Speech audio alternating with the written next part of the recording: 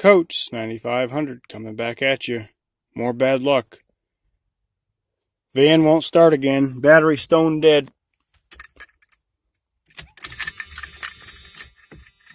Won't even turn over. It's almost dead. It's like no juice there. So I went out and looked at the battery. And I don't know if it got hot or something or what. But now it's pushing, all the stuff is splattering out of the battery. You see it? All that stuff in the battery is splattering out. I don't know if the new alternator, being a 100 amp alternator, gets it too hot. You see that? All that stuff is coming out. I don't know. I need you guys' help on this one. Because I had the battery tested and the alternator, and they said it was good.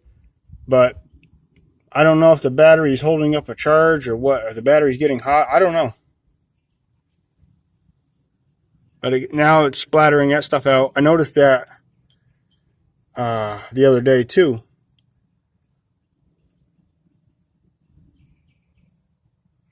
But I don't know what's going on.